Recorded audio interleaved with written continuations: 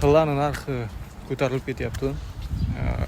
Dunyo tarixida birinchi marta metal narxi bunaqa darajaga chiqishi 4,5 mingga chiqib ketdi narxi. Prognozlarda aytilishicha metal tillarga talab kuchayib ketganiga sabab dollar pastga tushgani.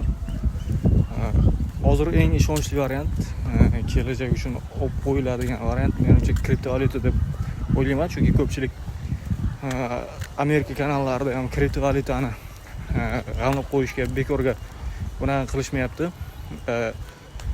Keyin kriptovalyutani narxi juda tez o'sadi. Bitcoin tillarga nisbatan 5 barobar o'sgan. Bitcoinning o'zi 20-yildan boshlab tillar endi o'sib boshladi. Bitcoin shuncha darajaga chiqqan. Ko'proq o'shaning uchun kriptovalyuta bilan g'amlab qo'yish kerakligi haqida prognozlar berishyapti.